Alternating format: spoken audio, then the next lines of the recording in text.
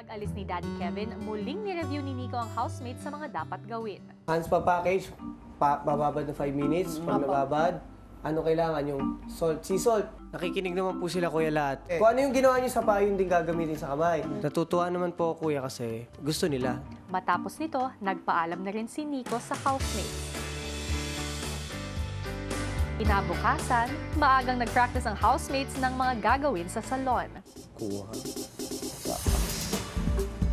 We're doing well naman po, kuya. Marami na po kaming natutunan. Lahat naman po, alam ko naman pong may gagawin talaga. Sana po magawa namin. Library, Po. gusto ko ring ipaalam sa iyo na mamaya ay magkakaroon ng soft opening ang inyong salon.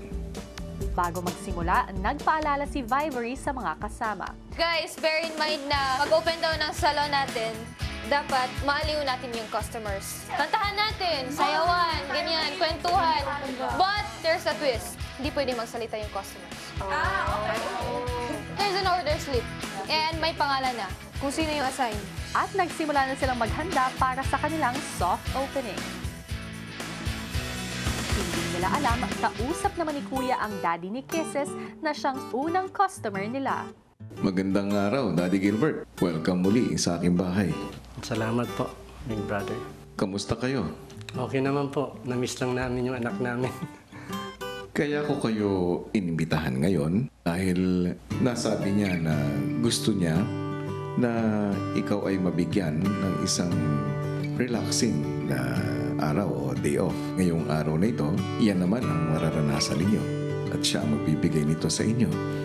Salamat, salamat. Ngunit, hindi niyo siya maaaring makita pero maririnig niyo siya. Salamat naman, big brother. Hi mga kapamilya! Be updated with the Pinoy Big Brother housemates by clicking the subscribe button and watch all the latest videos by clicking the I button above.